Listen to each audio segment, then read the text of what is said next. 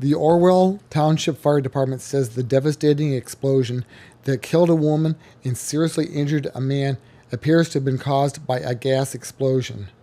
Jack Nettis, who is the village manager of Orwell and serves as a spokesman for the Township Fire Department, said the family of the apparent victim asked her name not be released.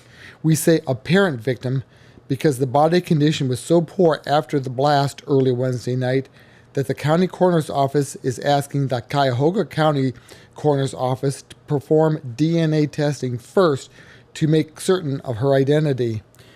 The coroner's office said the apparent victim's name won't be released until then. Reports show natural gas could be smelled in the neighborhood of the explosion at 4033 Montgomery Road, Orwell Township, in recent days.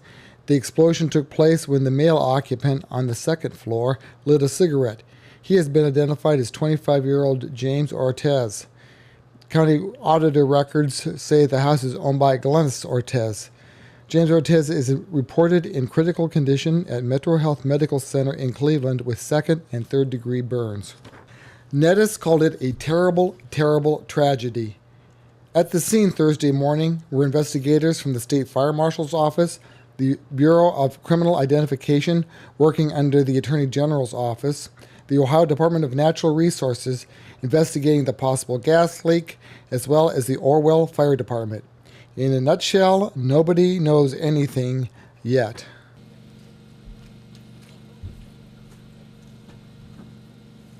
We're investigating right now. We really don't know anything. We're just going to be looking into what the possibility of the explosion was.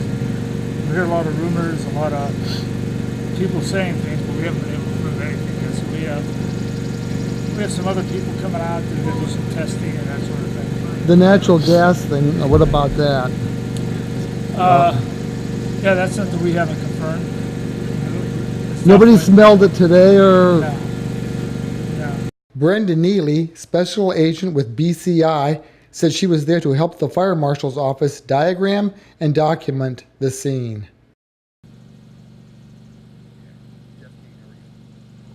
There was one gas well across the road and within eyesight of the destroyed home. Tom Hill and others from the Northeast Ohio Division of the Ohio Department of Natural Resources were busy looking into that aspect of the investigation. Our role right now is to assess all the oil and gas wells within a quarter mile of the incident to make sure that there's no issues with the wells. We're going to be checking backside pressures, make sure there's no anomalies with any of the gas wells, make sure all the gas wells are safe and there's no issues with the gas wells. We're going to investigate that. I've contacted our division hydrologist. We're currently reviewing water well records in the area to see what could have contributed to this event. How many gas wells are there within a half a mile? Jerry's, my inspector, is currently assessing that. Jerry, do you have a number on that yet? Excuse me? Number of wells in the area? You've got within a quarter mile, probably 4. Within a quarter mile, And 4. some of those might be plugged. How many of those? Some of them, I think. Some of them one or are two is plugged, so we're reviewing all the well How records. about this one right here? This one's an active well. We've contacted the company. We're having them come out. We're going to expose the annular space, which is your surface casing. We're going to assess, see if there's any pressure on the backside and make sure that pressure is below the allowable limits that there are. There's natural geological formations here that contribute what we call shallow gas. The surface casing on these wells are set at around 200 to 300 feet. We'll assess that depth of the casing, we'll assess the pressure of the gas, and we have a mathematical formula. It's 0.403 times the depth of the casing. That's going to be your maximum allowable pressure. Our safety margin, we multiply 0.303 times the depth of the casing, which gives us a 70%. So if you have a 100-foot casing, it's allowed 30 psi on the backside safely. So we're going to assess the pressures, make sure we had no exceedance of annular pressures. The explosion leveled the house, leaving very little left in its wake. There was a foundation and debris scattered about the property and beyond, as well as 2 vehicles. The blast could be heard 5 miles away. Ron Sherman, who said late Thursday morning the neighborhood was still without power, called Ortiz a friend. They're very nice people. Were you home last night when it happened? Yes. So what did it sound like? It was terrible. It blew out some of my windows, did some damage, some slight damage to the house.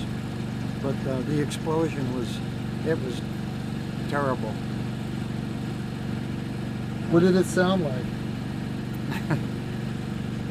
A very, very loud explosion. I never heard anything like it before.